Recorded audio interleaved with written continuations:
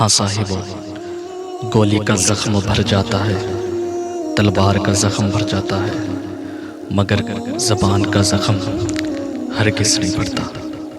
خدا کے لیے کسی سے بھی ایسے جملے استعمال مت کیا کرو کہ جس کے دل پر چوٹ لگے۔ ہاں یہ بات حقیقت ہے کہ گھر گھر میں جھگڑا ہر کہیں ہوتا ہے، مگر اس کا مطلب یہ تو نہیں کہ سالوں سال گزر جائے بات بند کر دی جائے، دن گزر جائے، صدیاں گزر جائے، اس بول چال کو بالکل ہی ختم کر دیا جائے۔ بھائی بھائی میں جھگڑا ضرور ہوتا ہے، یہ بات حقیقت ہے کہ جھگڑا ہر گھر میں ہوتا ہے، مگر اس کا مطلب یہ تو نہیں ہے کہ سالوں سال تک بات چیت بند کر دی جائے۔ ہاں صاحبو، اگر بات چیت بند ہو جائے تو دروازے پر جانا اور جانے کے بعد معافی مانگ لینا، کہہ لینا میں تیرے لیے نہیں آیا ہوں، میں اس خدا رب کریم کے لیے آیا ہوں جس رب کریم نے ارشاد فرمایا ہے جو کسی کا ٹوٹا ہوا دل جوڑ دے گا اللہ تبارک و تعالی اسے جنت میں بے حساب و کتاب کے جنت کا پروانہ عطا کر دے گا۔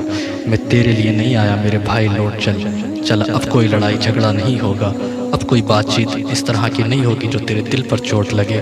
ہاں صاحبوں، میں تم سے بات کرنا چاہتا ہوں، اگر گھر میں شادی ہوتی ہے تو اس پردھان کے چکر لگاتی ہوئے تمہاری چپلیں تک گھس جاتی ہیں، مگر پھر بھی وہ شادی میں نہیں آتا، تیرے دروازے پر، تیری چوکھٹ پر سارے کے سارے کھا کر کے چلے جاتے ہیں۔ وہ چوڑے چمار، وہ سارے رشتہ دار جنہیں تو جانتا تک نہیں، وہ کھا کر کے چلے جاتے ہیں۔ وہ اب بھتیجے تیرے اپنے بھائی سے کہتے ہیں، اپنے باپ سے کہتے ہیں کہ باپ ہماری کیا خطا تھی، جھگڑا تھا تو تم دونوں بھائیوں کے بیچ میں تھا، کم سے کم چچا میرے پاس تو آتا، ہمارے پاس تو آتا، ہم سے تو کہتا کم سے کم چل، جو بات رنجش تھی وہ تیرے بھائی کے ساتھ تھی، میرے بھائی کے ساتھ تھی، تم سے تو کوئی لڑائی نہیں تھی، تم تو دعوت کھانے کے لیے چلو۔ صدیاں گزر جاتی ہیں، دن گزر جاتے ہیں، مگر ہم معافی تک نہیں مانتے۔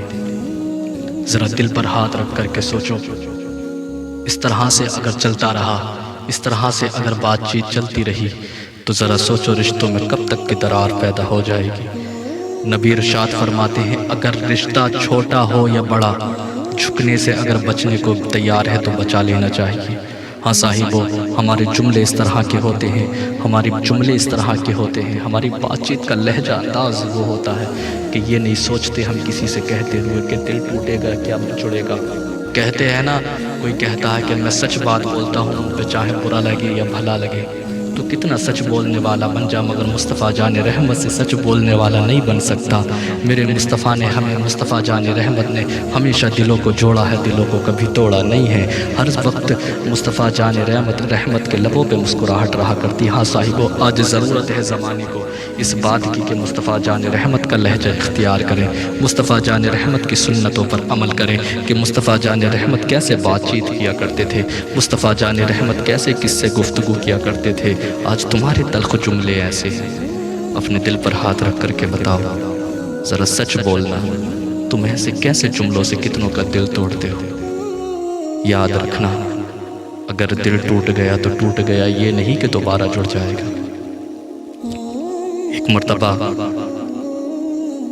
حضرت عائشہ رضی اللہ تعالی عنہا آقا علیہ السلام کی بارگاہ میں موجود ہے۔ نبی کا کریمان جوش میں، کرم جوش میں آیا، فرماتے ہیں عائشہ جو چاہو پوچھ لو اور جو چاہو مانگ لو۔ کیا کہا؟ عائشہ جو چاہو پوچھ لو، جو چاہو مانگ لو۔ نبی کریم ارشاد فرماتے ہیں عائشہ جو چاہو پوچھ لو، جو چاہو مانگ لو۔ حضرت عائشہ رضی اللہ تعالی عنہا نے جب اتنا سنا کہ مصطفیٰ جان رحمت نے فرمایا ہے جو چاہو مانگ لو، جو چاہو پوچھ لو، ذہن میں سوچنے لگی دولت مانگوں گی مل جائے گی، خزانہ مانگوں گی مل جائے گا، دولت و شہرت مانگوں گی مل جائے گا، عزت و وقار و وجود مانگوں گی سب مل جائے گا، مگر فیصلہ نہیں کر پائی۔ ایسی کو پریشان دماغ میں فیصلہ نہیں کر پائی، کہنے لگی یا رسول اللہ صلی اللہ تعالی علیہ وسلم کیا میں مشورہ کر کے بتا دوں؟ مصطفیٰ جان رحمت فرماتے ہیں عائشہ کس سے مشورہ کرنا چاہتی ہو؟ امی عائشہ کہتی ہیں آقا اپنے بابا ابو بکر صدیق سے مشورہ کر لو۔ میرے نبی مسکرائے، کہنے لگے میرے یار غار سے مشورہ کرنا چاہتی ہو، ابو بکر سے مشورہ کرنا چاہتی ہو، جاؤ عائشہ تم میرے یار سے مشورہ کر لو۔ اتنا کہنا تھا، میرے پیارے امی عائشہ دروازے پر دستک دی، کہا کون؟ کہا بابا آپ کی بیٹی عائشہ آئی ہے۔ دروازے کو کھولا، کھولتے ہی میرے پیارے کہا عائشہ بیٹھو، کیسے آنا ہوا؟ آج تمہارے لب کھلے ہوئے ہیں، تمہارے رخساروں پر چمک ہے، تمہاری بات چیت کا انداز آج الگ انوکھا نظر آ رہا ہے۔ کہا بابا بات ہی کچھ ایسی ہے، آپ بھی سنو گے تو سن کے جھومنے لگو گے۔ کہا عائشہ بتا جلدی، میرا دل ٹھہرا جا رہا ہے، آخر ایسی کون سی بات ہے جس کی وجہ سے دل ٹھہر جائے گا؟ کہنے لگی آج میں آقا علیہ السلام کی بارگاہ میں موجود تھی، دریائے کرم جوش میں تھا۔ آقا فرمانے لگے عائشہ جو چاہو مانگ لو اور جو چاہے پوچھ لو۔ کیا کہا؟ جو چاہے مانگ لو، جو چاہے پوچھ لو۔ تب ابو بکر صدیق نہ اتنا ہی سننا تھا، کہنے لگے عائشہ کیا تم نے خزانہ طلب کر لیا ہے؟ کیا دولت مانگ لی ہے؟ کیا تم نے ہیرے جواہرات مانگ لیے ہیں؟ کیا مانگ لیا؟ کہا بابا جان مانگا کچھ نہیں ہے، آپ کے فیصلے پر فیصلہ چھوڑ کر کے آئی ہوں۔ میں نے آقا نے کہا کہ میں نے آقا سے پوچھا آقا کیا یہ مشورہ میں اپنے باپ ابو بکر صدیق سے کر لوں؟ کہا ہاں جاؤ اپنے باپ ابو بکر صدیق سے کر لو۔ بابا میں نے یہ مشورہ آپ کے اوپر چھوڑ رکھا ہے۔ اتنا سننا تھا، ابو بکر صدیق چھومنے لگے۔ کہا کیا ہوا؟ کہا بیٹی پہلے چھومنے دے۔ مطلب کیا ہے؟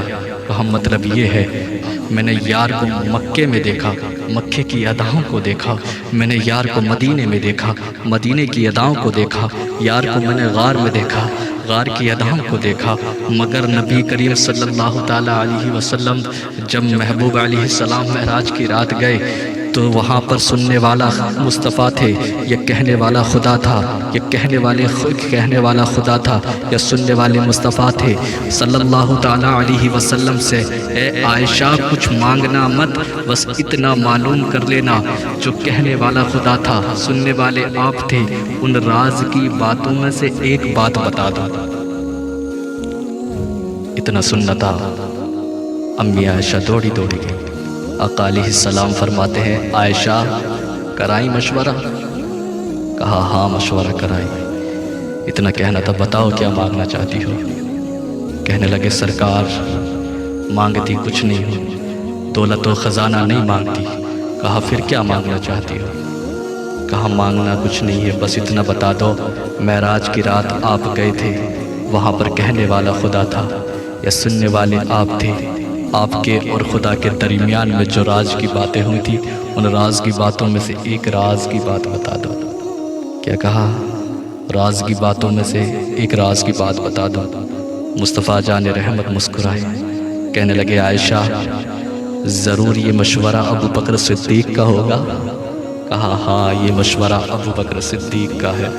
اتنا کہنا تھا، مصطفیٰ جان رحمت سوچنے لگے اگر بات بتا دیتا ہوں تو راز نہ رہے گا، اور بات نہیں بتاتا ہوں تو پھر دل ٹوٹ جائے گا۔